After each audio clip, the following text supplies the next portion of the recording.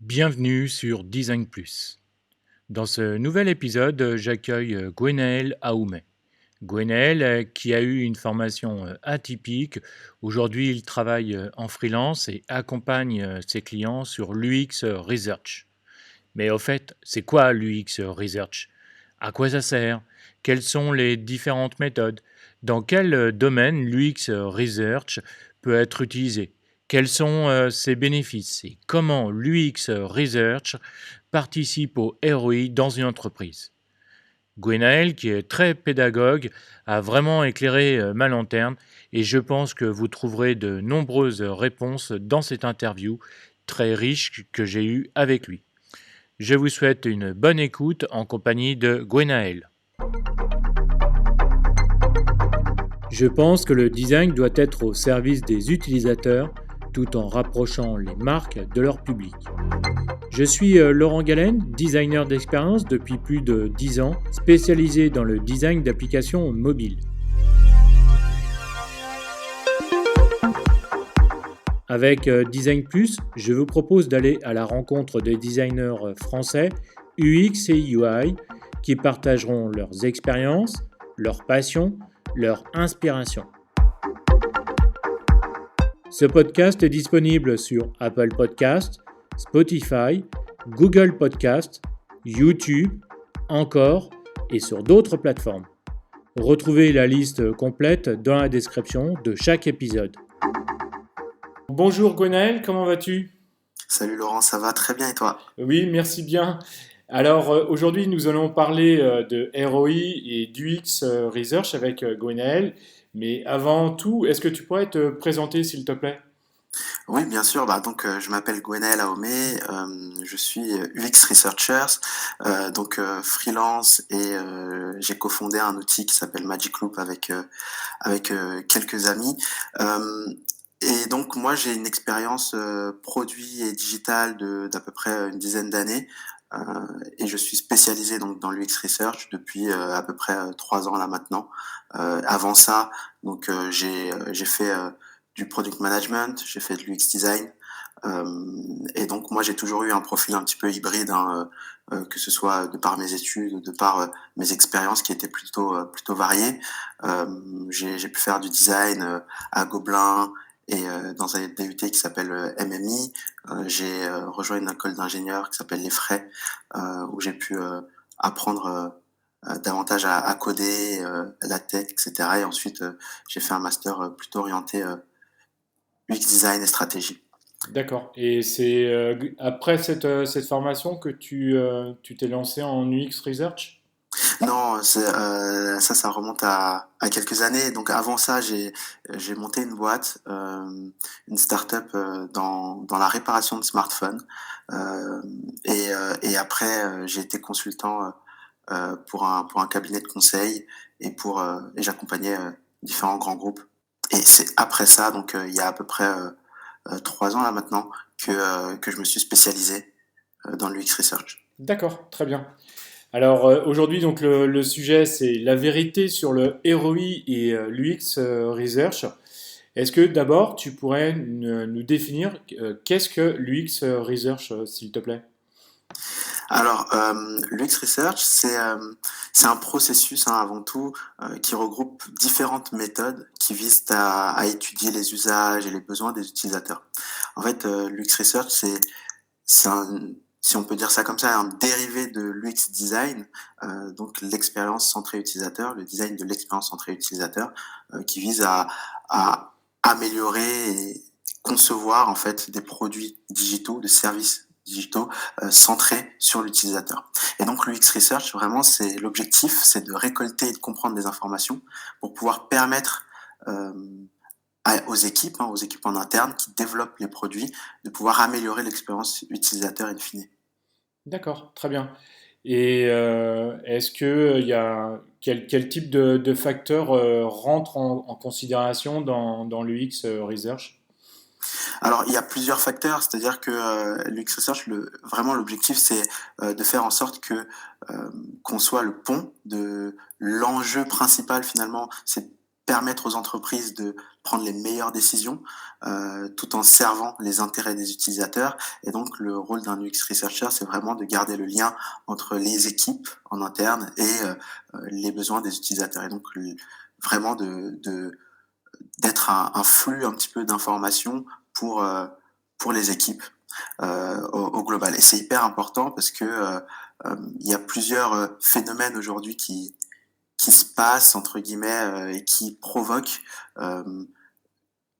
provoque ce rôle-là du X-Researcher, c'est finalement le fait que en interne, hein, quand on crée un produit, eh ben, on est sujet à ce qu'on appelle des biais cognitifs, et c'est important d'avoir une personne qui va essayer de faire en sorte euh, de rendre les informations et de permettre de faire en sorte que les décisions qui sont prises en interne soient les moins biaisées possibles. Et ça, c'est une des fonctions de l'UX Research, entre autres, quoi. D'accord, ok. Et c'est quoi alors un biais cognitif? Alors en fait, un biais cognitif, c'est un raccourci un petit peu du cerveau, hein, de l'esprit, qui nous permet de prendre des décisions beaucoup plus rapidement. Et donc en fait, c'est un schéma de pensée qui peut paraître logique et rationnel, mais en fait qui ne l'est pas forcément. Et c'est pas forcément mauvais, hein, c'est juste une façon dont fonctionne notre cerveau. Et je sais pas, je peux te donner un exemple parce que Hmm. euh, justement, il y a un biais qui s'appelle le biais de confirmation. C'est un biais qui fait qu'on a tendance à, euh, à prendre en compte seulement, lorsqu'on pense quelque chose, seulement les informations qui confirment notre pensée, qui confirment déjà nos choix, et ignorer un petit peu les, les informations qui viennent en contradiction avec ce qu'on pense déjà. Et donc ça, par exemple, c'est typiquement un biais qui touche vachement les entreprises et les équipes des entreprises.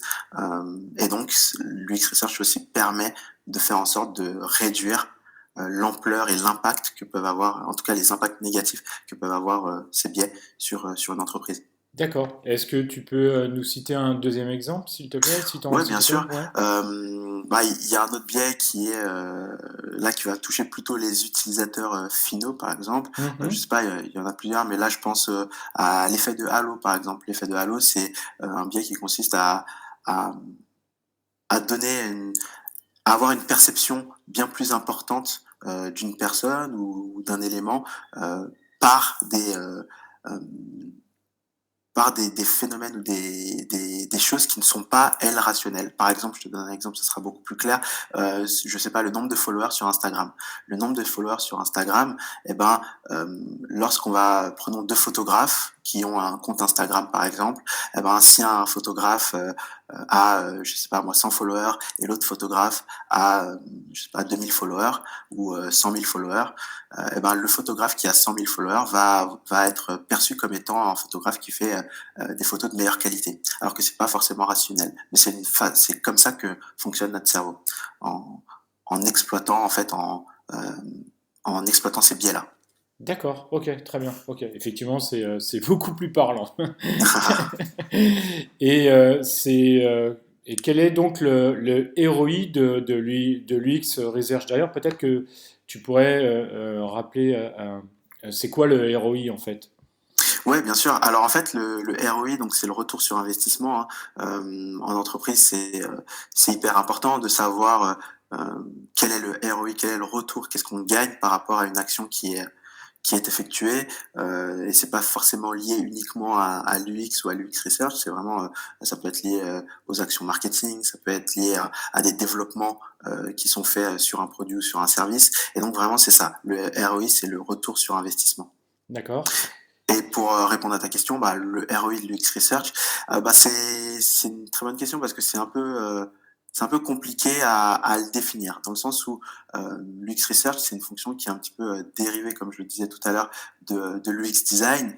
Et Mhm. le but de l'UX Design, c'est vraiment d'augmenter la satisfaction de l'utilisateur, d'augmenter la qualité de l'expérience vécue dans une situation d'interaction, hein.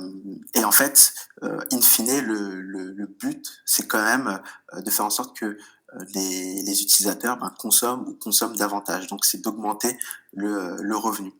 Et en fait, l'UX Research, le ROI, ça va permettre gagner en information, en niveau d'information sur un utilisateur ou sur une cible d'utilisateur, un profil type, pour pouvoir permettre à l'équipe finale de développer le meilleur produit, le meilleur service.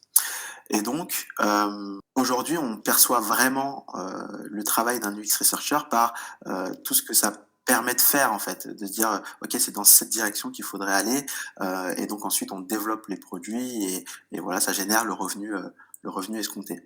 Or que une grande partie, pour moi même la majorité de la valeur de l'UX Research, c'est plutôt sur tout ce que ça permet d'éviter de faire, toutes les mauvaises directions que ça permet d'éviter de prendre.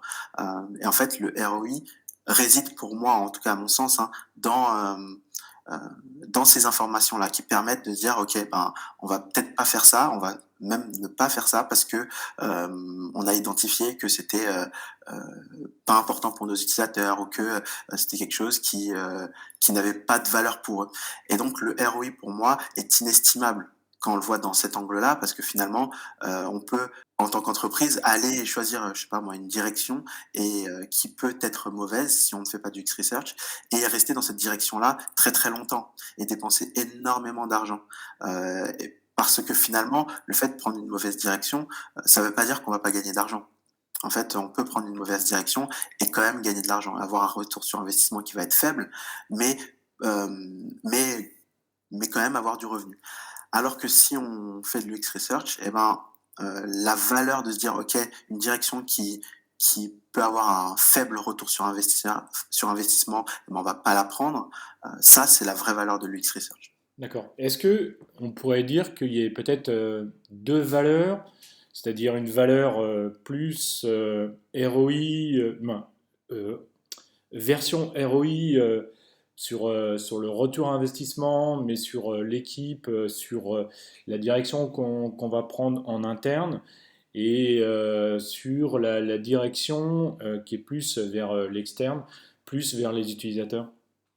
Ouais, bien sûr, parce que effectivement, le ROI, alors ça va être un ROI global, mais ce que tu appelles interne et externe, c'est très juste dans le sens où en interne, on va économiser des ressources, on va économiser des ressources en faisant de l'UX research, etc. Mais en externe, on va gagner du revenu. Donc on va faire croître en fait son modèle d'affaires grâce à la satisfaction, notamment des utilisateurs pour qui on est en train de créer un produit ou un service. Donc effectivement, on a deux valeurs, un petit peu deux retours de valeur qui sont hyper importantes, mais pour lesquelles la valeur aujourd'hui, hein, euh, de de ce qu'on gagne, de ce qu'on économise en interne en faisant de l'UX Research est vraiment hyper importante et aujourd'hui, à mon sens, un petit peu sous-cotée, quoi. D'accord, ok. Et tu penses que ça va se développer dans les années à venir? Ouais, je pense que ça va se développer dans les années à venir parce que, alors, ce qui est important aussi de dire et de comprendre, c'est que l'UX Research, en tant que rôle, c'est très nouveau. En tant que poste, que métier, c'est très nouveau. Mais en tant que processus, c'est hyper vieux, en fait. Toutes les entreprises ont toujours fait de l'UX Research. C'est-à-dire que le but d'une entreprise, c'est de répondre à une problématique, d'adresser un problème pour une catégorie d'utilisateurs, une catégorie de clients. Et, euh, et donc, pour trouver et identifier ces problèmes-là, ben forcément on va à un moment donné avoir connaissance de ce problème, donc parler à sa cible et à ses utilisateurs. Donc c'est une forme du X research entre guillemets, le fait de récolter les besoins des utilisateurs. Ce qui fait aujourd'hui que ça prend vachement d'ampleur et qu'on en entend de plus en plus parler, c'est pour moi il y a plusieurs facteurs. Il y a le premier facteur qui est le facteur un petit peu de l'évolution technologique, hein, qui est que finalement la technologie permet aujourd'hui de faire vachement de choses et réduit les barrières à l'entrée euh, pour, euh, pour différents acteurs, que ce soit des concurrents, d'autres entreprises ou autres. Et donc le fait de réduire la barrière à l'entrée, ça veut dire avoir forcément beaucoup plus d'offres disponibles pour une catégorie, une typologie d'utilisateurs. Et donc ça signifie également le fait d'avoir des usages qui vont drastiquement changer et se modifier. Et le fait que ces usages changent, eh ben, il faut être au fait de ces changements-là pour pouvoir les adresser au mieux et de pas être à la ramasse entre guillemets. Mais donc ça vient vraiment de l'évolution technologique et même avant ça, ça vient tu vois, de «l'ère industrielle» entre guillemets. Mmh. C'est, je sais pas, si je pense à Henry Ford, sur les chaînes de production, l'optimisation un petit peu des chaînes de production. Et ben ce qu'on voit et ce qu'on retient, c'est vraiment, la disruption que ça a représenté, au niveau de l'industrie, le fait d'avoir des lignes de production bien plus optimisées, bien plus fluides. Mais, pour les optimiser, il a bien fallu les observer. Il a bien fallu, observer comment fonctionnaient, les, Les, comment po- fonctionnaient les postes ou les lignes, oui. exactement les postes et les lignes. Et donc ça, en soi, c'est de l'UX research. Mais ça s'appelait pas comme ça avant, quoi. D'accord, ok. Et est-ce que c'est facile? Est-ce que c'est comment ça se mesure ou est-ce que c'est facile à mesurer? Et j'imagine qu'il y a des outils aussi. Ouais, c'est une bonne question. Alors, est-ce que c'est facile à mesurer? Moi, j'aurais tendance à dire que non, justement pour les raisons qu'on a évoquées juste avant qui font que l'UX Research, ben, c'est inestimable, hein, dans ce que ça permet de de représenter en termes de valeur. Mais par contre, oui, il y a des outils, comme par exemple qui permettent d'identifier et de mesurer le niveau de satisfaction. Comme par exemple, je pense au NPS, le Net Promoter Score, qui est la question là qu'on a souvent sur les sites internet. Est-ce que vous seriez prêt ou prête à recommander ce service à votre entourage? Et c'est une échelle de 1 à 10. Et en fait, ça permet de mesurer le niveau de satisfaction Hmm. via la volonté et à quel point sont prêts à recommander en fait un service. Enfin, à quel point les utilisateurs sont prêts à recommander un produit ou service. Et donc ça, c'est déjà un premier outil de mesure qui est aujourd'hui utilisé vachement par les UX designers ou les équipes produits au sens large, mais qui est finalement un outil qui est aussi important pour les UX researchers. Et après, bah, il y a d'autres outils comme je pense euh, au système d'évaluation comme le SUS qui permet en fait de tester, de mesurer le niveau de facilité d'usage, si je peux vulgariser ça comme ça, Mhm. par les utilisateurs. Donc typiquement, c'est le fait de se dire, ben voilà, on va avoir plusieurs scénarios à faire et en fonction des scénarios, on va les faire tester par des utilisateurs potentiels euh, pour pouvoir identifier les points, les axes d'amélioration. Et en fait, ça va nous donner un scoring qui va nous permettre d'avoir une sorte de boussole dans la direction qu'il faut prendre pour pouvoir améliorer un produit ou service et donc, in fine, la satisfaction des utilisateurs pour augmenter forcément le revenu des entreprises. Gwenaël, est-ce que tu pourrais donner à nos auditeurs un exemple d'une intervention dans une mission et ce qui s'est passé avant ton arrivée et après, s'il te plaît? Ouais, bien sûr. Alors, il y a un exemple qui est très parlant, c'est que, par exemple, ça part toujours d'un objectif. La research, ça part toujours d'un objectif final, et c'est en fonction de cet objectif final qu'on va trouver les meilleures méthodologies pour pouvoir y répondre. Ou pouvoir l'adresser. Et donc, par exemple, quand j'étais chez Orange, on avait un objectif qui était le fait d'augmenter le taux d'utilisation de l'espace client. En fait, on a tous des espaces clients chez nos opérateurs, hein, quels Hmm. qu'ils soient. Sauf qu'on s'était rendu compte enfin, l'équipe s'était rendu compte que les utilisateurs comprenaient pas forcément comment fonctionnait cet espace client et avaient beaucoup plus tendance à appeler directement les conseillers par téléphone avant d'avoir leur réponse. Sauf que ça représentait des coûts énormes, fait de pour chaque question, par exemple, je sais pas moi, j'ai bloqué ma carte SIM, j'aimerais débloquer ce mon code SIM, retrouver mon code PUC, etc. Ça, c'est des questions qu'on pouvait retrouver historiquement sur l'espace client, mais pour lesquelles les utilisateurs avaient tendance directement d'appeler en fait le service client. Et donc l'objectif, c'était de faire en sorte d'augmenter l'utilisation pour faire en sorte de réduire le, euh, le nombre d'appels. Donc, et d'économiser des coûts finalement. D'accord. Et en fait, pour pouvoir adresser ça, ben, la première chose, c'est de créer un environnement dans lequel on va pouvoir recueillir les feedbacks et les retours des utilisateurs.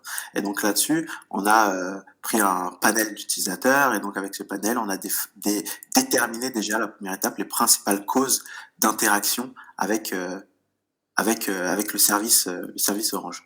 Et donc, une fois qu'on identifie ces différentes causes-là, et ben, on a pu trouver comment les adresser directement depuis la page d'accueil.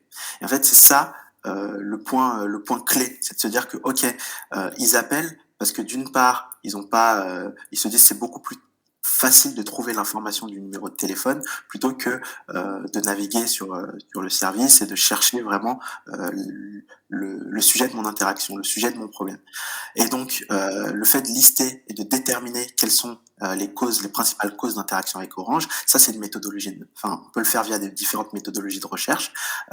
Et donc avec là c'était des interviews utilisateurs. Et donc ça nous a permis dès la homepage de pouvoir les adresser les principales causes d'appel finalement. Et le fait d'adresser ces principales causes d'appel, ça a permis finalement de faire passer le taux, ce qu'on appelait nous, le taux de digitalisation, de faire réduire le nombre d'appels par 2, et donc de faire en sorte sur la première année d'économiser plus d'1 million d'euros.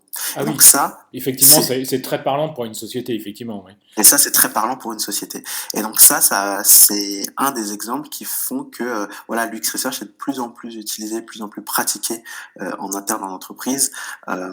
Et parce que justement aujourd'hui, on parle de d'économies hein, qui sont pas forcément des revenus liés à l'externe, mais qui finalement représentent une valeur de l'UX Research qui est assez importante. D'accord, ok, très bien.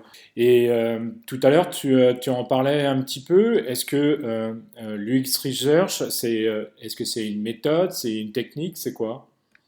Alors, je dirais que l'UX Research, c'est plutôt un processus. En fait, c'est un processus qui permet vraiment, hein, de maintenir le lien qui est entre l'équipe produit et les besoins des utilisateurs.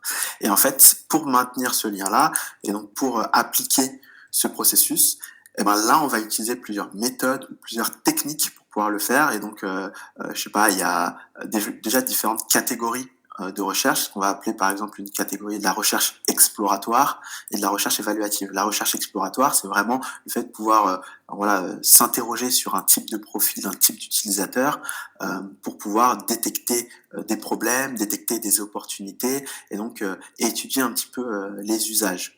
Et ensuite, il y a l'autre catégorie qui est la catégorie plutôt évaluative où on va plutôt baser sur une solution que l'équipe a déterminée ou a trouvée. On va plutôt ben voilà, tester cette solution auprès des utilisateurs. Et donc voilà, on a deux catégories qui vont donner lieu à des recherches et des méthodes un petit peu différentes. Par exemple, on va avoir des méthodes, ce qu'on appelle des méthodes qualitatives et des méthodes quantitatives.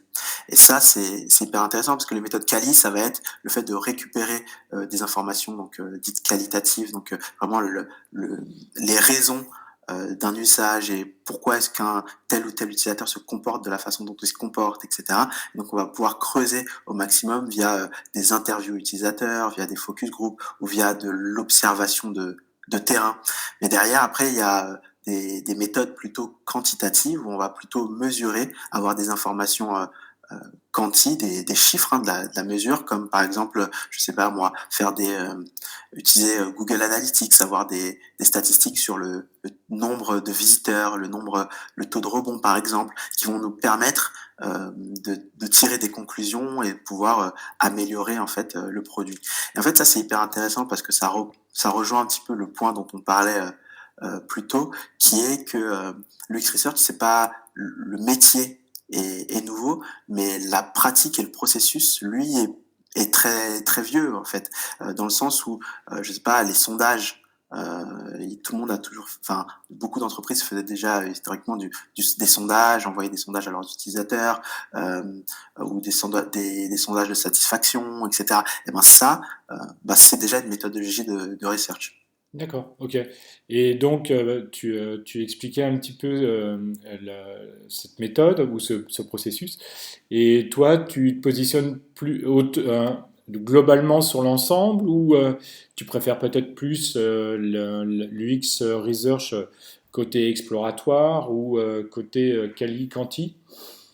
Alors, moi, je me positionne plutôt sur l'ensemble de la research et moi, mon rôle, hein, en tant que researcher, c'est vraiment, de maintenir le lien. Donc maintenir le lien entre l'équipe produit et les besoins utilisateurs, ça, les équipes en tant que telles n'ont pas forcément eu besoin, n'ont pas besoin d'un UX researcher en tant que tel pour pouvoir le faire. Parce qu'elles, comme on vient de le dire, elles appliquent déjà des méthodes de recherche qui sont depuis longtemps, sans avoir besoin d'un UX Mmh. researcher. En fait, le rôle, moi, je définirais plutôt mon rôle comme faire en sorte que les équipes appliquent les meilleures méthodes, les meilleures méthodologies par rapport aux objectifs. C'est-à-dire qu'on va pas utiliser la même méthode pour tous les objectifs. Je sais pas, moi, si on veut mesurer la satisfaction, un sondage, c'est très bien. Mais par contre, si on veut identifier la prochaine opportunité, eh ben là, c'est mieux d'aller rencontrer les potentiels utilisateurs, de les observer dans leur milieu, en fait. Et ça, c'est deux méthodes différentes qui répondent donc à deux objectifs différents.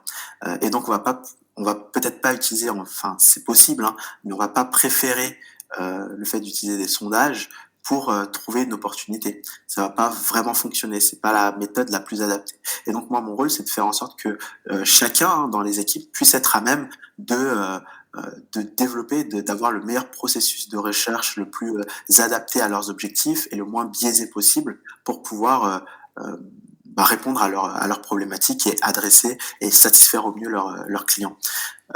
Donc pour conclure là-dessus, c'est vraiment, je pense que le rôle premier d'un UX researcher, c'est de faire en sorte que tout le monde dans une équipe soit les meilleurs UX researchers, au fait, et puisse pouvoir le faire de façon autonome. Et après, c'est comment est-ce qu'on peut lisser, avoir le meilleur processus en interne, euh, de façon à ce que ce soit le plus fluide, que ce soit le plus réutilisable, que les insights appris sur une phase de recherche puissent être réutilisés sur une phase ultérieure, par exemple. Et ça va être euh, là où l'UX Researcher a vraiment beaucoup de valeur sur comment est-ce qu'on optimise ce processus de recherche. D'accord. C'est amusant parce que j'imaginais pas du tout le rôle de l'UX researcher en tant comment dire, que coach ou que prof, je sais pas quel terme on pourrait employer. Mais toi, Ouais. j'ai l'impression que tu optes plus pour cette optique, pour cette façon de faire, plutôt que de délivrer, du moins, que de faire de la recherche, délivrer du contenu, dire qu'il faut utiliser telle méthode, faire pratiquer telle chose, et puis finalement après partir quitter ta mission, quoi. Ouais, bien sûr. En fait, le truc, c'est que, à mon sens, hein, c'est vraiment, euh, les deux sont possibles. En fait, un UX researcher fait aussi la research en tant que telle, crée les livrables, Hmm. etc.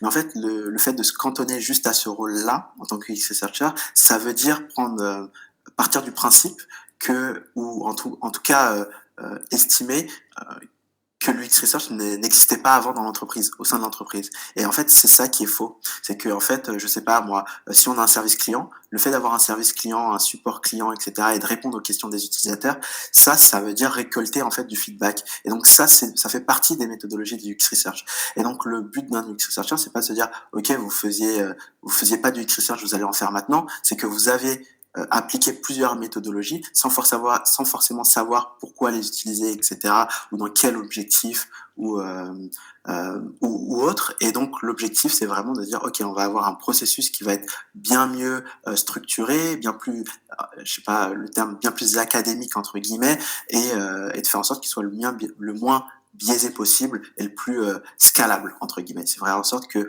un insight qu'on récupère via le service client puisse être réutilisé dans, je sais pas moi, dans 6 mois à un an, si jamais il y en a le besoin s'en fait sentir. Et pour que ça soit réutilisé, il faut trouver des façons de pouvoir les, euh, les rendre réutilisables, quoi. D'accord. Et tu prenais l'exemple d'un service client. Est-ce que ça t'est déjà arrivé d'intervenir pour reformuler ou pour retravailler pour un service client, par exemple, tant au niveau de l'accueil qu'au niveau de la réception des clients, de l'orientation, etc. Alors non, pas spécifiquement parce que moi j'estime que les customer success savent faire leur travail là-dessus et donc en revanche là où moi j'ai pu accompagner des équipes c'est vraiment sur le comment est-ce que les customer success très facilement, très simplement puissent transmettre ces informations-là quand c'est pertinent, enfin transmettre de tout court ces informations-là aux équipes produits. Et donc c'est vraiment encore une fois faire le lien entre le besoin qui a été récupéré par le service client et l'équipe produit qui en fait développe le produit ou service destiné à ses utilisateurs. Et donc finalement, ça va plutôt passer par le fait de se dire, ok, ce feedback-là, on va utiliser tel outil pour pouvoir stocker l'information. Et en fait, l'information, ça va pouvoir créer une sorte de petite base de données pour pouvoir ensuite les récupérer si jamais l'équipe produit se pose telle ou telle question, ou en tout cas savoir peut-être qui est la personne qui a adressé ce problème-là pour pouvoir après la recontacter plus facilement. Et donc voilà, c'est ça, c'est toujours avoir trouvé le meilleur processus pour récupérer l'information client et pouvoir répondre aux besoins des, de l'équipe produit. D'accord. Et ça, c'était un produit, moi, c'était quelque chose qui avait été identifié quand tu es intervenu sur cette problématique ou c'est toi qui l'as découvert dans le process de cette équipe et tu as décidé ou tu l'as proposé aux équipes de mettre un outil ou de créer une méthode ou une méthodologie? Alors c'est une très très bonne question, c'est que en fait c'était dans le contexte d'une refonte. Donc dans le contexte d'une refonte, de se dire, ben voilà, est-ce que on va refondre totalement le produit? Est-ce que ce produit-là, aujourd'hui, tel qu'il existe, est toujours adapté à nos utilisateurs? Et donc pour ce faire, eh ben, il y a, comme le produit existait déjà, eh ben, la méthodologie la plus adaptée, ou l'une des méthodologies les plus adaptées, ça va être entre autres aussi de récupérer les informations qu'on a déjà sur les utilisateurs. Et donc de récupérer les niveaux, les statistiques un petit peu analytics des sites et, entre autres, d'aller voir le service client pour récupérer leurs insights. Design Plus. D'accord. Est-ce que être UX researcher, c'est un métier, c'est une profession? Euh, Bah, justement, ouais, c'est une bonne question. C'est qu'aujourd'hui, l'UX Researcher, je dirais que c'est un métier, euh, mais, mais c'est un métier dont le processus, en fait, était initialement intégré, existait déjà dans une entreprise.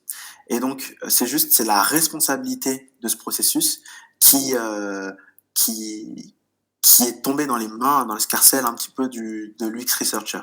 Et donc, finalement, c'est un métier qui est très nouveau, mais dont l'application, encore aujourd'hui, hein, est réalisée par d'autres membres de l'équipe. Et donc, le but, c'est pas de se dire, OK, l'UX Research n'est pas appliqué en entreprise, c'est pas vrai. C'est juste que l'UX Research n'est pas appliqué peut-être de la meilleure des façons au sein des entreprises.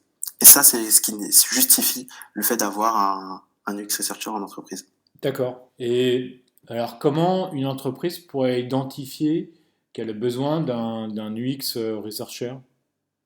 Euh, je Je, c'est compliqué parce que la réponse la plus simple, c'est que toutes les entreprises aujourd'hui, en 2021, ont besoin d'un UX researcher. Donc, si elles en ont pas en interne, il faut qu'elles en aient.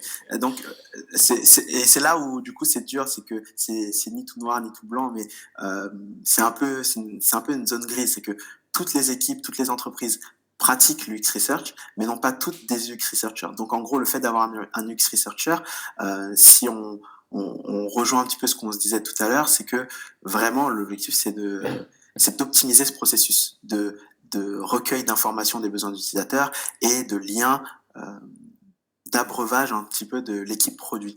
Et donc finalement, aujourd'hui, si une entreprise n'optimise pas ces processus-là, c'est qu'elle rate des choses. Soit elle rate des opportunités de satisfaire au mieux ses clients, soit en fait elle rate des directions à prendre ou des directions à ne pas prendre.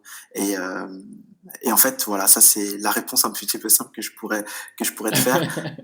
et, et tu crois que certaines entreprises sont suffisamment mûres pour se dire il faut qu'on fasse appel à toi, par exemple, ou à un autre UX researcher, et se dire bon, là, on patauge un petit peu, on va essayer de s'en sortir autrement, et puis finalement, on n'y arrive pas, et on ne sait pas très bien comment faire. Bon, c'est pas grave, allez, on continue. Est-ce que tu crois qu'il y a. Je pense qu'il y a certaines sociétés qui ont déjà vécu ça. Et est-ce que tu crois que, oui, que les sociétés ou que certains responsables sont suffisamment mûrs pour se dire bah, on a besoin de quelqu'un comme toi?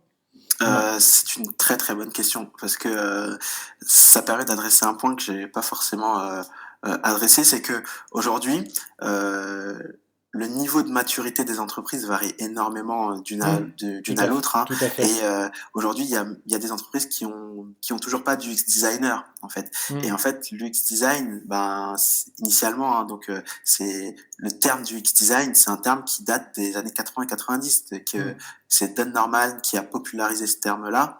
Et en fait, c'est l'UX designer initialement, euh, comme on parle d'expérience centrée utilisateur, et ben, était au cœur des besoins de l'utilisateur. Et donc, faisait une grande partie du travail, en fait, du X Research et de l'UX Researcher aujourd'hui.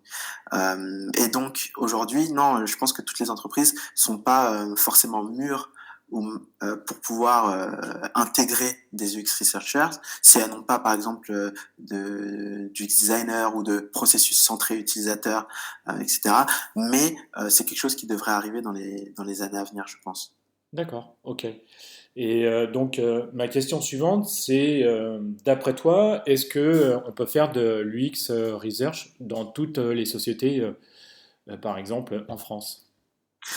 Oui, on peut faire de l'UX dans toutes les sociétés en France et il faut en faire. C'est on peut et on doit en fait. C'est non, mais vraiment, c'est que finalement aujourd'hui, c'est ce qui permet de garder le lien entre les utilisateurs et le service, la valeur qu'on leur offre. Et aujourd'hui, comme on en parlait un petit peu, on en parlait au début, c'est les usages évoluent énormément et évoluent énormément, notamment grâce à l'évolution technologique et au nombre du coup d'offres existantes pour un même service.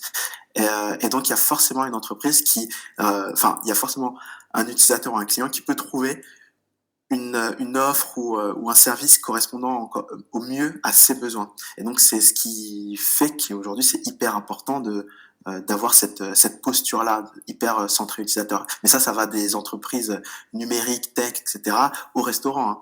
Et c'est ce qui fait d'ailleurs la différence entre un très très bon restaurant et un restaurant qui n'arrive pas à remplir ses couverts. Et donc, aujourd'hui, on peut en faire, toutes les entreprises peuvent en faire. Après, on en parlait un petit peu en intro aussi, au niveau des biais cognitifs. Eh ben, les biais cognitifs, ça touche tout le monde et ça touche pas seulement les clients ou les utilisateurs, ça touche aussi l'équipe en interne. Et on parlait du biais de confirmation, le biais qu'on a tendance à, à ignorer les informations qui viennent aller en contradiction avec ce qu'on pense déjà. Et ben ça, c'est hyper important d'en avoir conscience et de mettre en place des processus qui permettent de réduire les biais collectifs d'une entreprise. Comme par exemple un autre biais qui est l'excès de confiance. L'excès de confiance, c'est de penser que justement soit on peut faire les choses mieux qu'un autre. Il y a plein d'études là-dessus d'expériences qui ont été menées. Et donc ça, aujourd'hui, je dirais que le plus grand risque pour une entreprise, bah, ce sont les biais de l'entreprise. D'accord. Et il y a à peu près combien de biais qui sont reconnus ou identifiés aujourd'hui? Oula, il y en a plein, il y en a plus de 200. D'accord. Vraiment, ouais, il y en a énormément. Donc ouais, non, on peut pas tous les lister, mais il y a des catégories et c'est hyper intéressant. Après, tous les biais ne touchent pas spécifiquement une structure de l'entreprise, ou en tout cas moins, mais elles touchent tous les êtres humains. Donc forcément, à un moment donné, c'est important de pouvoir les garder en tête et de pouvoir les faire en sorte que les décisions soient les plus rationnelles possibles. Et c'est ce qu'on peut parfois penser, alors qu'en fait, elles ne le sont pas, parce que il y a plus de 200 biais D'accord. avec lesquels on vit tous les jours. D'accord. Est-ce que pour toi, une entreprise qui n'a pas d'UX designer ou qui n'a pas du tout de, du UX designer ou du UX researcher au sein d'une société, est-ce que pour toi, il faudrait que cette société débute par quoi? Par de la recherche ou plus communément du design, donc avec un UX designer? Euh, Bah, en fait, il faudrait qu'elle débute par le fait d'être tournée le plus possible vers sa cible, vers ses clients, ses utilisateurs. Et donc ça, en fait, Pour moi, l'un des fondamentaux, c'est vraiment le fait de connaître au mieux les besoins de ses utilisateurs, les usages, les fonctionnements, les habitudes, les craintes, les peurs, voilà, de vraiment connaître ses utilisateurs. Et donc ça, la recherche permet d'adresser et de mettre en lumière ces différents besoins, ces différentes problématiques, etc. Après, l'UX Researcher, lui, ce qu'il peut amener, c'est vraiment la méthodologie la plus adaptée euh, en fonction des objectifs et de ce qu'on cherche à faire, ce qu'on cherche à apprendre. Et ça, aujourd'hui, si une entreprise souhaite faire, enfin, souhaite adresser au mieux les besoins de ses utilisateurs, il faut qu'elle fasse appel à quelqu'un qui connaît en fait l'UX Research, dans le sens méthodologique, dans le sens euh, quelle est la meilleure méthodologie par rapport aux objectifs qu'on cherche à atteindre. Et ça peut être un UX designer, ça peut être un product manager. Donc voilà. Mais en tout cas, la recherche en entreprise a toujours été effectuée dans une entreprise, sauf que maintenant l'UX Research, la meilleure méthodologie à utiliser par rapport à ce qu'on cherche à apprendre et avec le moins de biais possible, ça devient de plus en plus nouveau. C'est de plus en plus précis et donc il faut avoir quelqu'un dans l'entreprise qui puisse, euh, qui puisse avoir cette sensibilité-là. D'accord. Est-ce que tu penses que Et, l'UX Research est plus présent aujourd'hui dans des entreprises, dans des grands groupes ou qui sont orientés tech ou qui sont très connus, je ne sais pas, qui ont peut-être les moyens? Est-ce que finalement, est-ce que la sous-question, ce serait, est-ce que l'UX Research, c'est cher aussi? euh, alors, des UX researchers, non, il y en a pas beaucoup. Par exemple, sur LinkedIn, au niveau monde, hein, le nombre d'offres d'emploi euh, destinées spécifiquement à l'UX researchers par rapport au nombre de designers, au nombre d'offres de designers au global, ça représente à peu près 4% Ah oui, sur LinkedIn. effectivement, Donc c'est d'accord. très très très peu. Donc en fait, il y a le métier du UX researcher aujourd'hui est très très nouveau et toutes les entreprises n'en ont pas. Et d'ailleurs, je dirais même que toutes les entreprises n'ont pas forcément intérêt à en intégrer un. Mais par contre, l'UX research en tant que tel et on va traduire l'UX research par la connaissance fine de ses utilisateurs, ça, tout le monde devrait avoir cette connaissance fine dans l'entreprise. Et ça peut passer par un rôle autre euh, que, euh, que, euh, que l'UX researcher en tant que tel qu'il se définit maintenant aujourd'hui. Mais en fait, l'UX researcher, lui, ce qu'il va pouvoir apporter, c'est vraiment cette connaissance fine de la meilleure méthodologie à adresser pour pouvoir avoir la meilleure qualité, en fait, la meilleure qualité d'information pour cette connaissance client.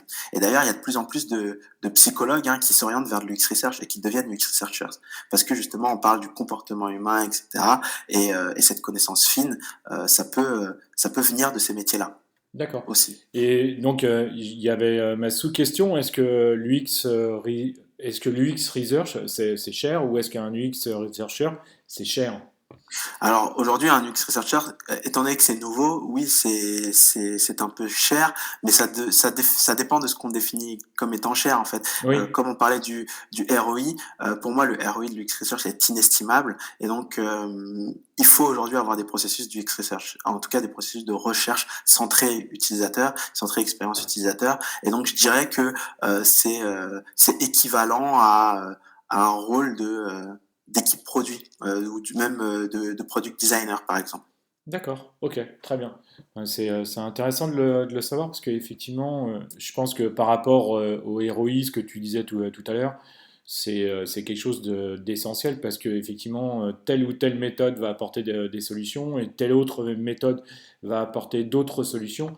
Et effectivement, on peut tout à fait se tromper sur les méthodes qui peuvent coûter des mois, des semaines ou des mois de travail supplémentaires. Ouais, complètement. Mais je suis complètement d'accord avec toi. Et en fait, Ouais. c'est vraiment hyper clé, hyper central, surtout aujourd'hui, dans l'ère où tout va très vite et tout évolue encore plus vite. Donc, Oui, et puis je pense que ça peut être intéressant aussi pour les sociétés, pour se démarquer aussi de leurs concurrents et donc s'orienter beaucoup plus vers leurs utilisateurs et donc du coup se démarquer aussi de leurs concurrents. Exactement, mais complètement et donc voilà, hein, c'est pour ça qu'on pense, même aux GAFAM, à ces entreprises tech aujourd'hui qui dominent un petit peu le marché, qui sont hyper avancées en termes du UX research et du UX, design, ou en tout cas de processus centré utilisateur, quoi. D'accord, ok. Et oui, tout à l'heure, je te posais la question, est-ce que tu penses que l'UX design ou l'UX research, c'est vraiment orienté pour une entreprise digitale ou tech ou GAFA, je ne sais pas. Parce que tu disais qu'il n'y en a pas, il y a pas beaucoup de postes à travers le monde, mais est-ce que finalement ça peut être adapté un peu partout?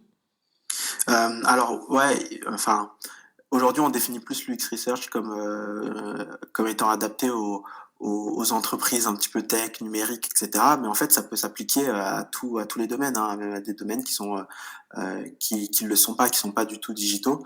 Mais aujourd'hui, la dimension, on vit dans un monde qui, de toute façon, tend à se digitaliser et à être de plus en plus numérique, ou en tout cas avoir une partie de l'expérience vécue, même si elle est totalement physique, totalement terre à terre, une partie de l'expérience vécue via du digital, via du numérique. Je sais pas, je pense aux restaurants spontanément et les restaurants aujourd'hui, pour consulter la carte, et ben c'est via un QR code depuis le Covid.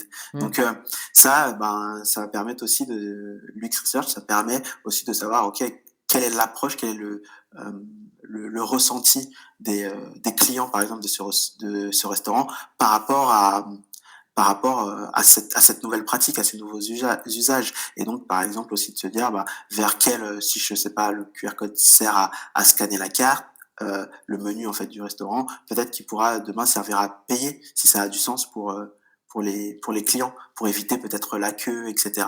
En fait, ça c'est des choses que qu'on va pouvoir identifier via l'UX Research. Donc en fait, ça peut s'appliquer partout, même D'accord. si aujourd'hui on l'applique par défaut beaucoup plus aux entreprises tech et numériques.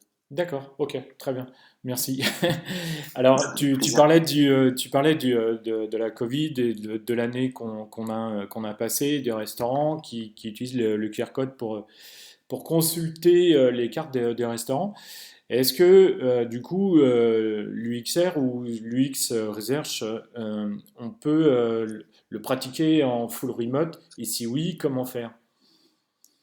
Alors en fait oui, c'est vrai que depuis cette crise-là sanitaire, ben, on le pratique aujourd'hui en full remote, hein, on n'a pas Hmm. d'autre choix. Mais même avant, la pratique commençait à grandir, notamment encore une fois, hein, grâce à cette évolution technologique qu'on vit. C'est-à-dire qu'on a des outils comme Zoom, Google Meet ou Whereby qui permettent en fait de parler en visio avec les utilisateurs, de pouvoir leur demander de partager leur écran pour pouvoir voir comment est-ce qu'ils naviguent sur la plateforme, etc. Et ça, c'était pas possible il y a encore quelques années, ou en tout cas, ça fonctionnait mal. Et donc, aujourd'hui, on se rend compte à quel point la technologie euh, ben, permet vachement de, de travailler même malgré même pendant cette crise-là qu'on vit. Donc aujourd'hui, oui, c'est possible de le faire en full remote. Certains outils le permettent. D'accord, ok, très bien. Et est-ce que toi, dans ta perception, tu trouves que c'est différent ou c'est plus intéressant d'être en présentiel?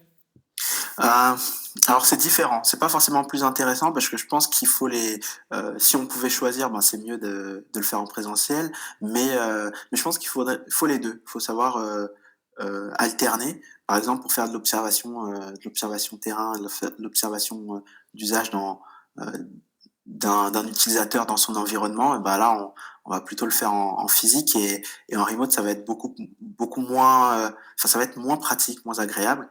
Mais par contre, le fait de pouvoir avoir des outils comme Zoom, Google Meet ou Whereby pour faire des interviews en visio, ça permet de les faire beaucoup plus simplement, d'avoir des participants beaucoup plus facilement et de pouvoir après ben, aussi avoir un impact plus élevé, étant donné qu'on peut avoir plus d'interviews dans une même journée.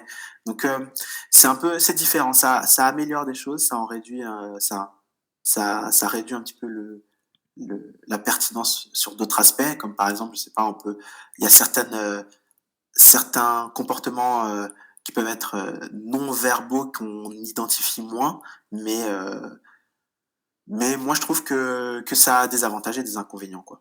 Mmh. D'accord, OK. Tout à l'heure, tu disais, t'en parlais un petit peu par rapport aux équipes de designers, de product designers. Est-ce que pour toi, l'UX researcher est un designer?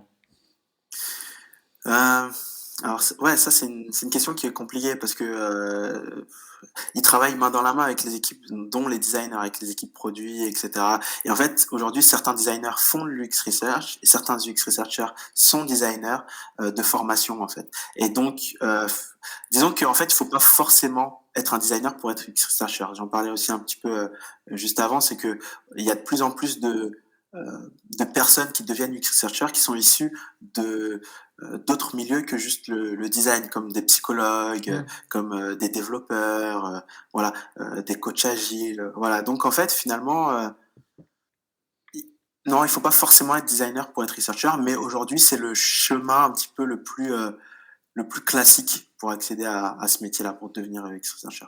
D'accord. Et pourquoi, à ton avis, les Heu, UX designers, moi, les UX researchers viennent plus du design, entre guillemets, par rapport à des gens qui seraient psychologues ou développeurs ou coachs?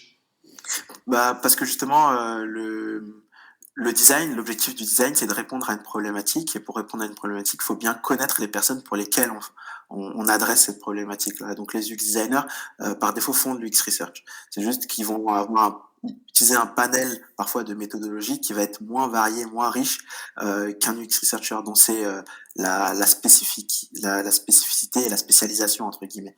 Et donc aujourd'hui, c'est un peu pour ça, c'est qu'un bon designer est un UX researcher, d'une certaine façon, par de formation et par défaut. Et donc, je pense que c'est ce qui explique naturellement le fait que des UX researchers qui se spécialisent vraiment dans ce domaine-là, viennent du design, quoi. D'accord, ok. Est-ce que, à ton avis, n'importe qui peut faire de l'UX research? Et si oui, comment s'y mettre, s'il te plaît?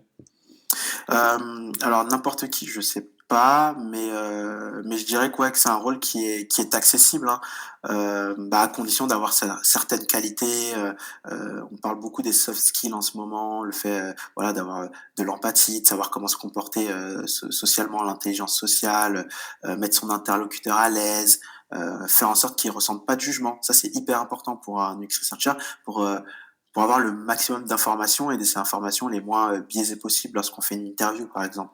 Et voilà, et côté équipe, bah, il faut savoir être, force de conviction, savoir mettre en forme ses idées afin hem, que l'équipe prenne au mieux, ses feedbacks et les accepte au mieux, en fait, accepte au mieux le travail du researcher, et après il faut les inclure dans le processus de recherche. Donc, il y a pas mal de qualités. Je trouve que, voilà, que c'est relativement accessible.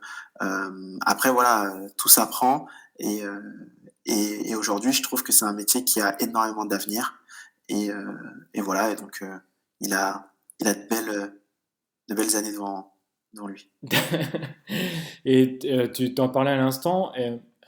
Comment que toi tu fais par exemple pour mettre à l'aise un utilisateur lorsque tu es en interview et qu'il ne ressente pas de jugement?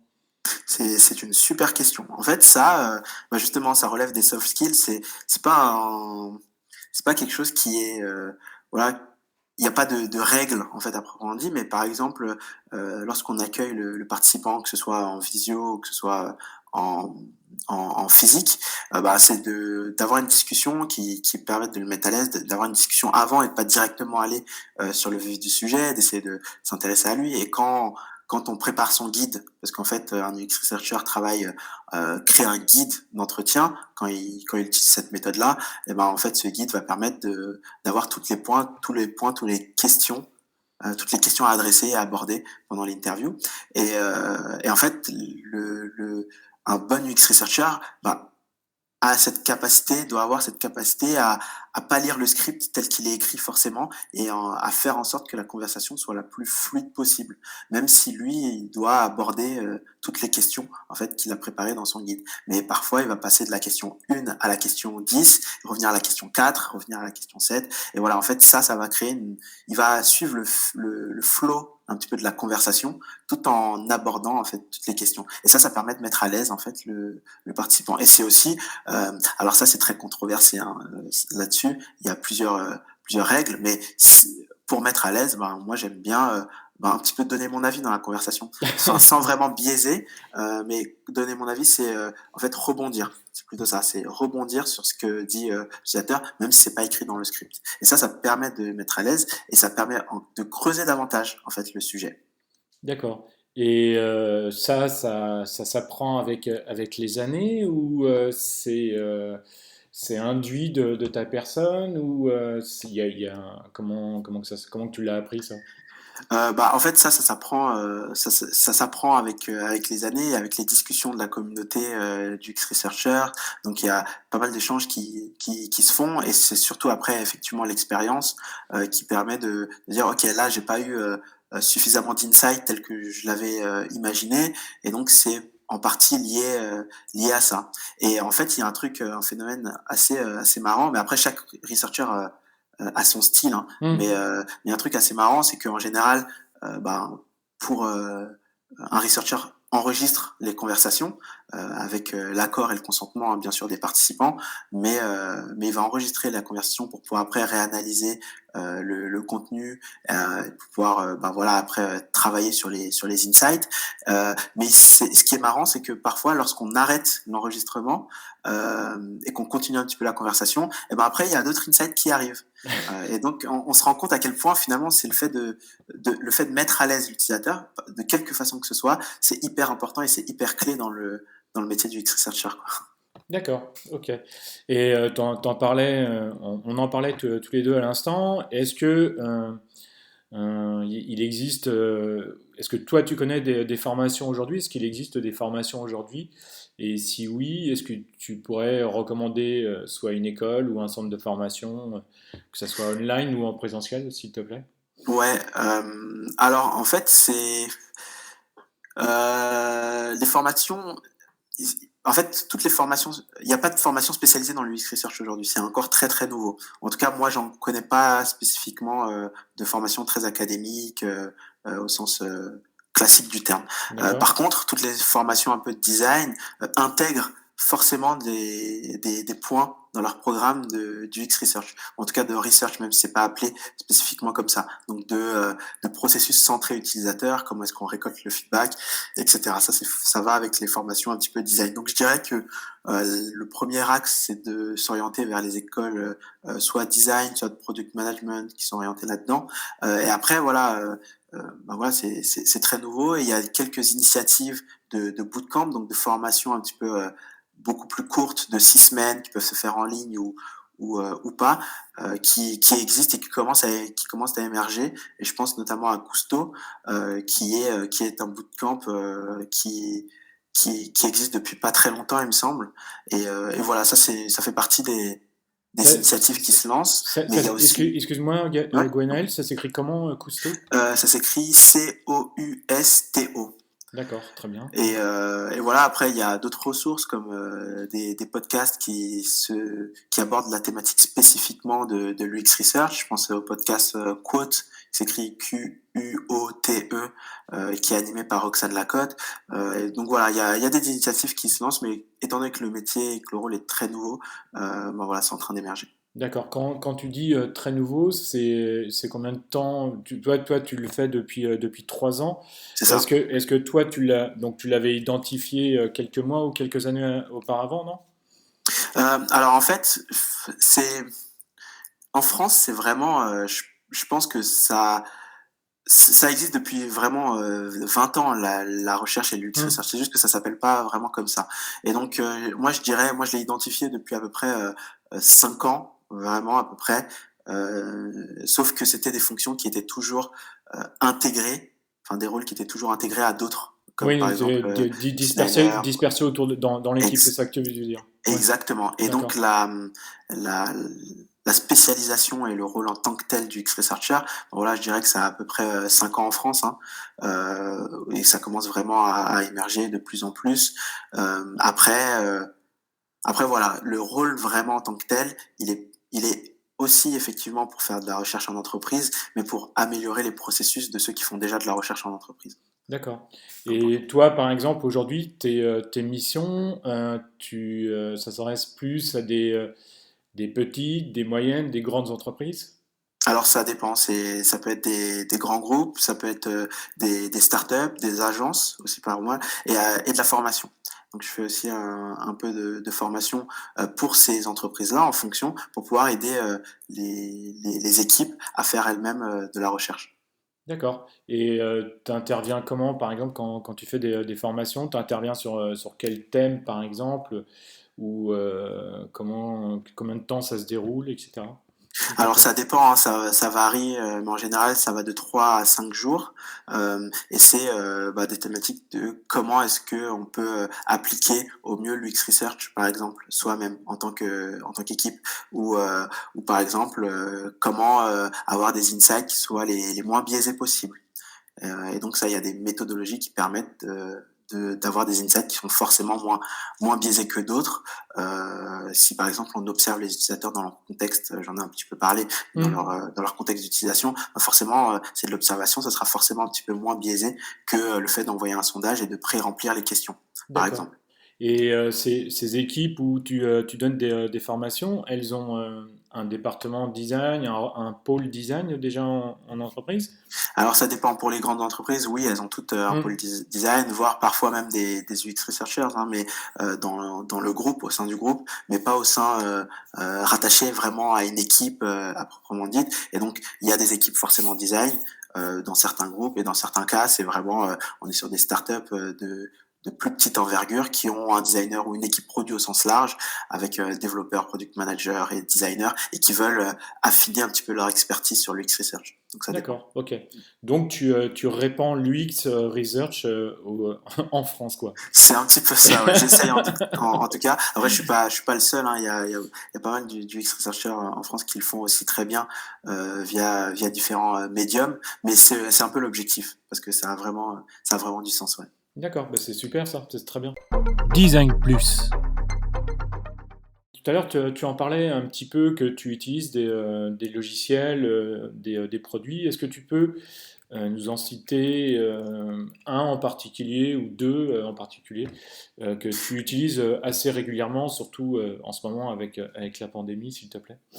Ouais, bien sûr. Alors, l'outil déjà, le plus utilisé, par les UX researchers, c'est vraiment, la suite Office, que ce soit, Google Sheet, Excel et cetera ou, pour les livrables, PowerPoint, PPT et cetera. Ce sont, historiquement les outils qui sont les plus utilisés pour ça. Après, il y a de nouveaux outils qui sont en train de de se créer, qui justement, répondent au mieux aux besoins des researchers. Mais vraiment l'autre outil qui est vachement utilisé pour un researcher, bah, ça va être l'outil qui va permettre d'échanger avec les utilisateurs et avec potentiellement les différents clients, les différentes cibles. Et ça peut être, Zoom, Google Meet. Moi, j'utilise spécifiquement Whereby.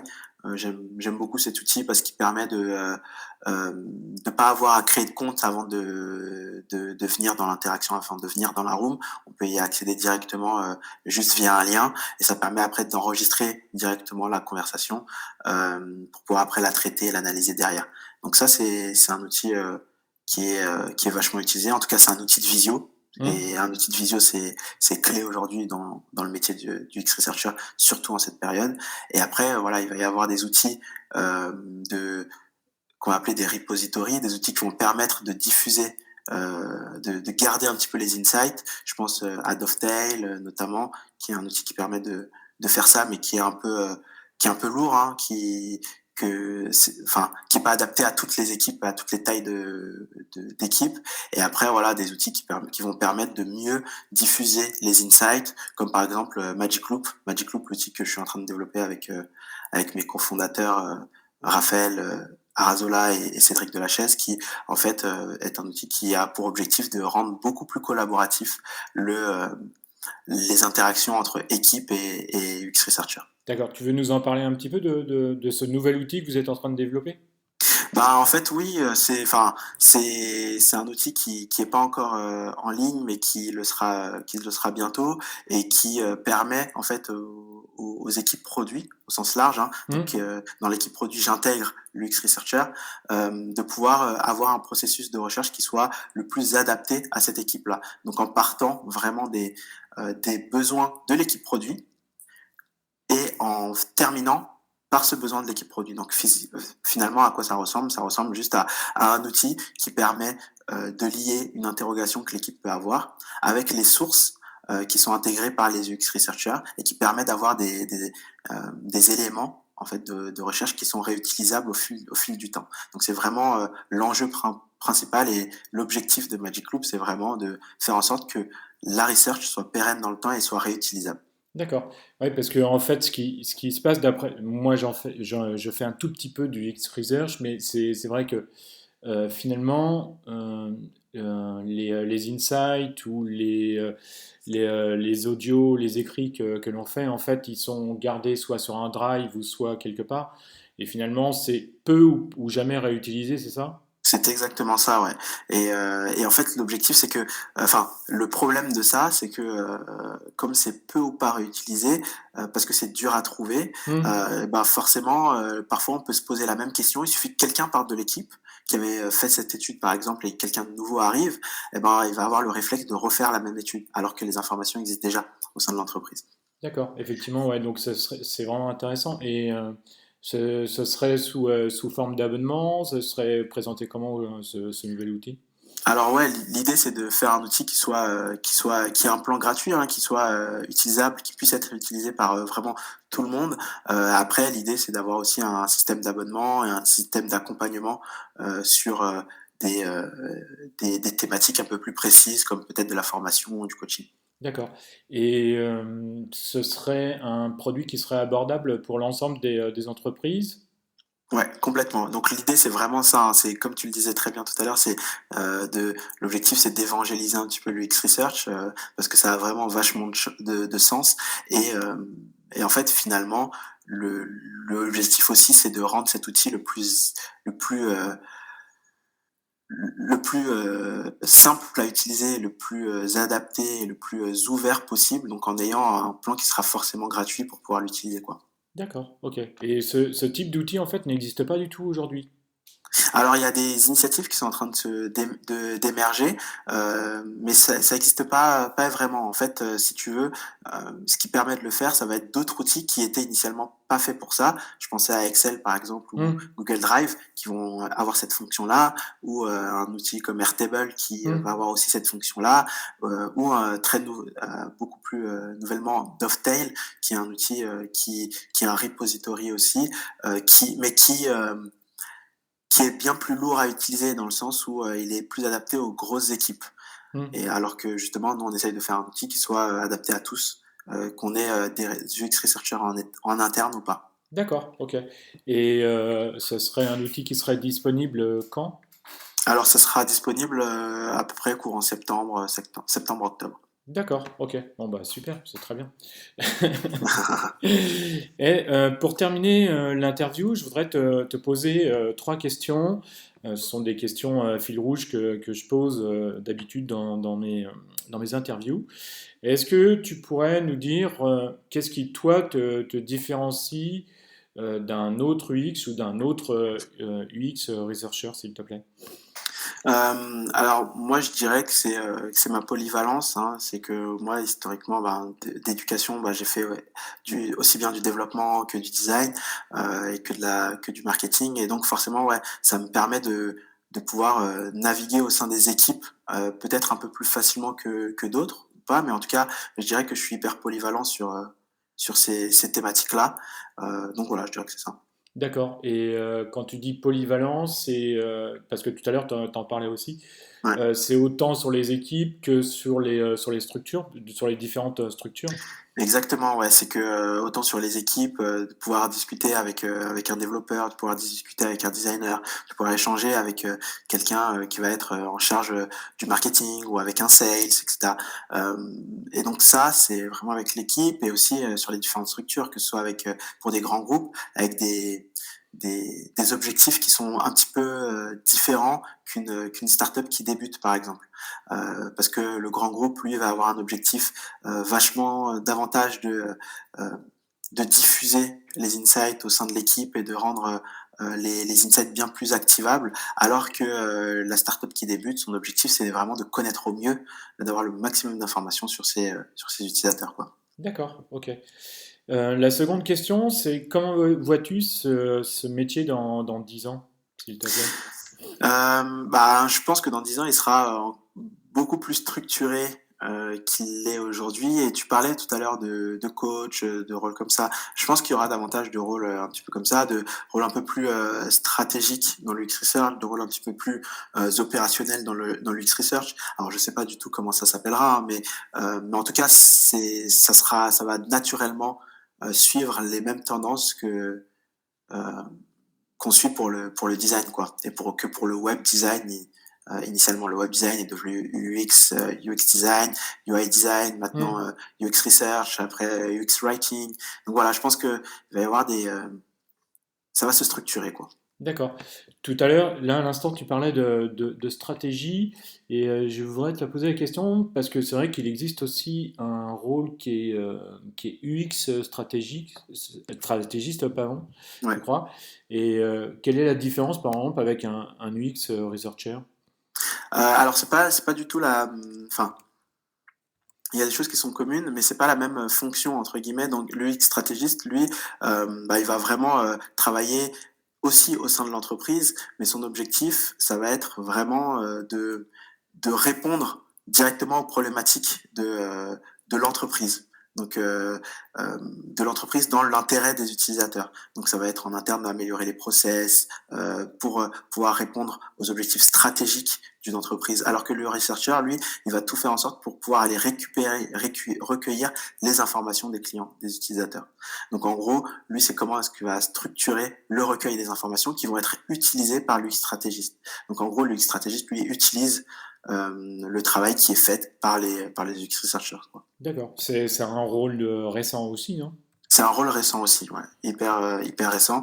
Mais voilà, il y a plein de rôles qui sont en train de se créer, comme le fait maintenant d'adapter le copywriting Hmm. à l'UX, et donc ça donne les rôles du UX writing. Donc voilà, ou le rôle de service designer qui va avoir pour fonction de vraiment faire le lien plus seulement de l'expérience vécue par les clients finaux d'une entreprise ou les utilisateurs finaux, mais aussi améliorer l'expérience en interne de l'entreprise, des employés en fait. Et donc ça, par exemple, c'est le service designer, l'UX stratégiste aussi adresse ces problématiques-là. D'accord, ok. Et justement, dans l'un de mes épisodes, j'avais interviewé une personne aussi qui avait utilisé des méthodes du X design, mais pour justement au niveau du recrutement. Et Ok. c'était assez différent aussi. Je pense il est à peu près le seul en France à faire ça, quoi. Ah mais c'est hyper intéressant ça. J'ai jamais entendu parler de ça, mais en tout cas, euh, ça me choque pas non plus. C'est que finalement, l'expérience employée, ça va prendre de plus en plus d'importance aussi, hein, enfin, ça a toujours été important, mais ça devient de plus en plus important au fur et à mesure de l'évolution des années, des boîtes, de la structuration. Et donc, ça donne aussi d'autres nouveaux rôles, comme, je sais pas, je pense au change management, qui permet de d'adresser vraiment les problématiques au niveau des employés directement et de l'organisation, en fait. Hmm. Donc ouais, non, l'expérience au sens l'expérience utilisateur, c'est valable pour les clients finaux d'une entreprise, mais aussi pour l'interne. Oui, pour les employés, oui, absolument. Exactement, ouais. Tout à fait.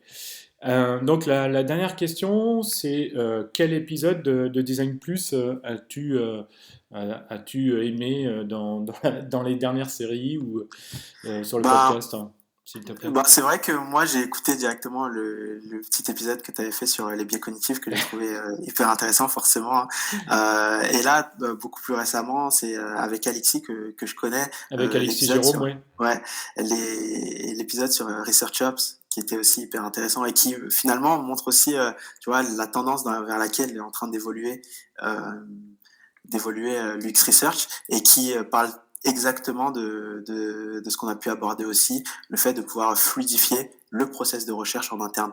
D'accord, ok. D'ailleurs, est-ce que toi, tu as déjà travaillé avec un UX Research Ops? Avec un research hub, non, jamais. J'ai jamais travaillé avec un research ops parce que c'est encore plus nouveau que, qu'un UX researcher.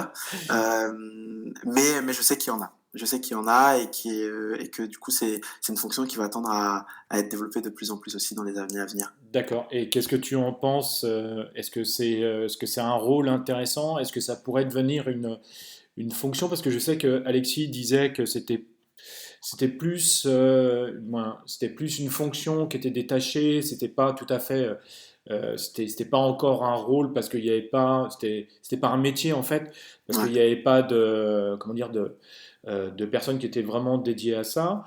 C'était plus une fonction détachée. Est-ce que tu penses que ça peut se développer ou que ça devienne un peu comme Bah, Design Ops ou DevOps, je sais pas. ouais, exactement. Bah, je pense que ça suit un peu la même logique que pour les devs, hein. Donc, quand il n'y a pas de DevOps, eh ben, il y a forcément un dev ou un lead dev qui fait en fait qui a cette fonction de DevOps. Et en fait, pour les researchers, c'est pareil, c'est que en fait, un UX researcher au sens classique du terme est aussi research ops. Et donc ça va avec, ça va ensemble. C'est juste que aujourd'hui, c'est pas encore aussi découpé que ça. Mais de toute façon, en tant que researcher, on fait de la research ops. C'est hyper D'accord. important. Ok.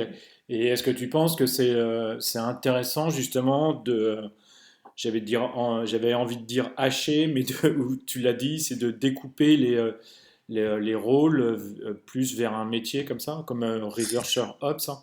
Ouais, alors, moi, je pense que c'est au-delà d'être intéressant, je pense que ça sera nécessaire au bout d'un moment, parce que forcément, l'UX Research va, quand le rôle prendra plus d'envergure et d'ampleur, il y aura forcément une structuration qui va se faire autour de ça, et donc le rôle de researcher va devenir hyper important, hyper intéressant. Donc là, c'est un peu dur à dire parce que c'est très très nouveau, mais en tout cas, une chose est sûre, c'est que il y a aujourd'hui déjà des research ops qui opèrent au sein des équipes dans lesquelles il y a des UX researchers, Ouais, déjà. mais tout à fait. Et C'est puis ça. Alexis disait, fallait aussi que l'équipe soit déjà structurée au niveau UX design, parce que sinon ça pouvait pas être le rôle entier d'une seule personne, quoi.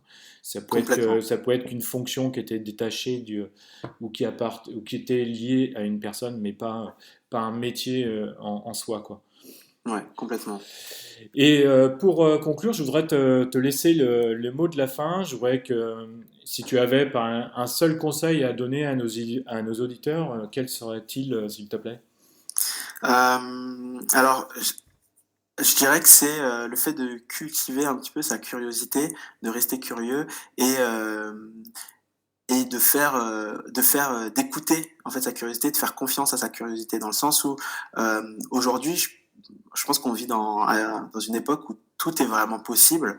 Euh, on est, par exemple, je sais pas moi, je disais que je suis UX researcher, mais euh, mais j'ai été product owner, j'ai été UX designer. Donc en fait, tout évolue et en fait, il faut suivre un petit peu sa curiosité. Je pense que ça serait mon conseil et de se faire confiance, quoi.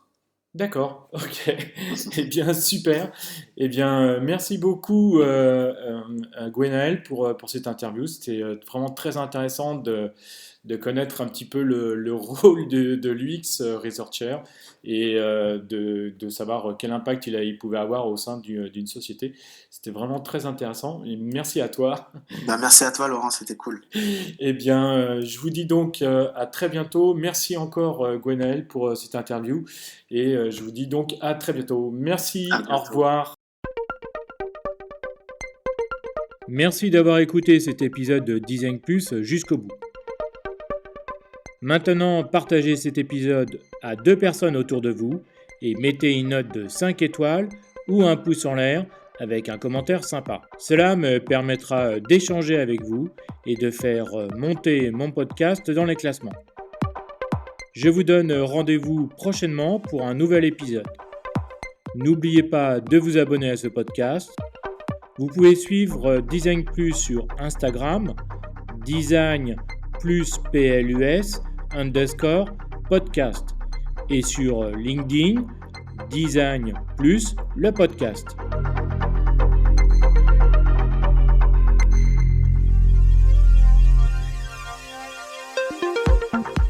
Je suis Laurent Galen et grâce au design, j'accompagne les sociétés à créer, à développer, à améliorer leurs produits et services. Et je suis également formateur en design UX, UI pour les applications mobiles.